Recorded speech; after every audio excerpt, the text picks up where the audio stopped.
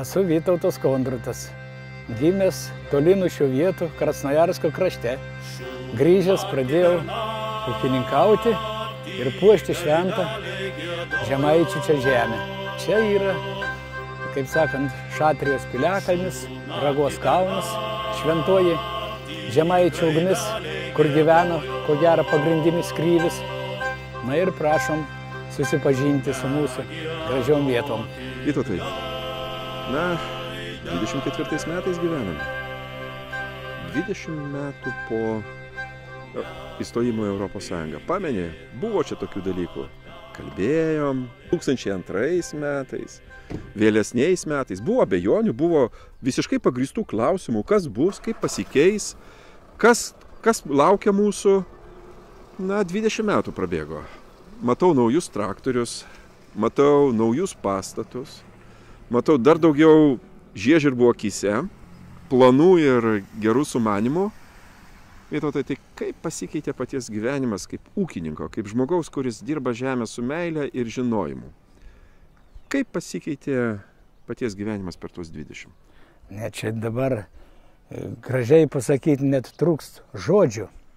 Pasigirti nesinori, bet matomai kažkaip man atsimenu, kai jūs čia tada agitavot ir aš tada pasakiau to žodžius ir vis tų žodžių neužmirštu ir galvoju.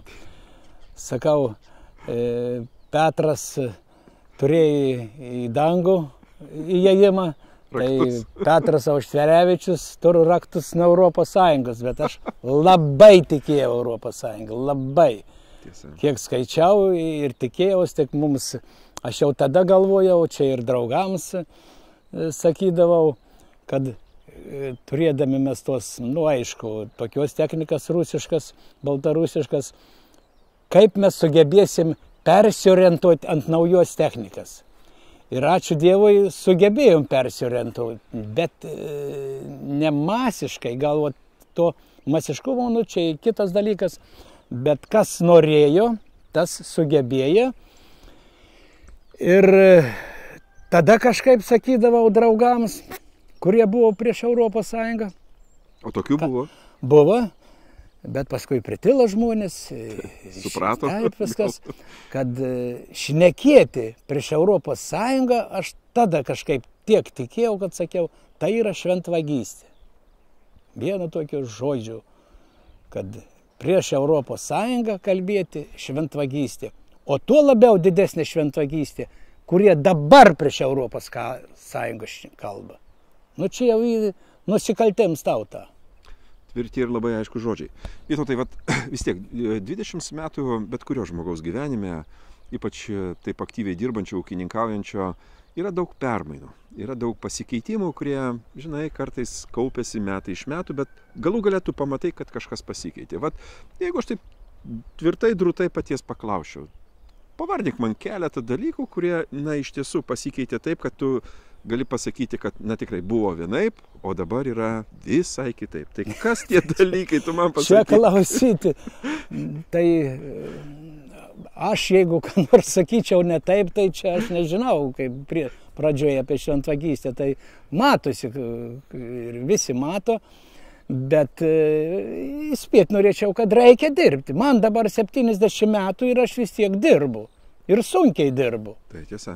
Į parą 70 metais dirbu taip jau 6 valandas, kad baltiniai prikimba prie nugaros.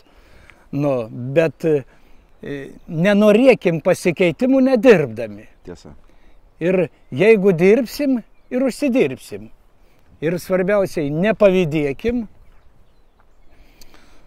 Ir steikim kažkaip, žinoma, sistema veikia, ta visa pas mūsų dabar santvarkinė sistema, ją tobulinti reikia, bet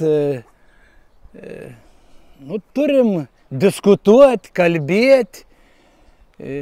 Aš baisiai pykstu ant to, kurie važiavo į Vilnių, tiesiog nežinau.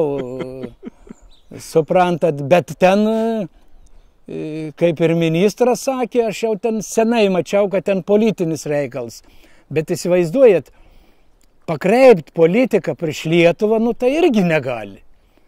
Visi tada, pamenam, ir kairieji, ir dešinieji, ir visi, aš draugams sakydavau, nu klausykit, sakau, jūs esat Brazauskas žmonės, jūs Paulauskas, jūs ten Landsbergį, bet, nu negi tie žmonės 3 skirtingų pažiūrių visi vedė į Europos Sąjungą. Taip, tiesa. Nu tai negalima, kad jie sutarė, protingi žmonės, einam tik tai į Europos Sąjungą. Tai sakau, į šitą atsižvelkit.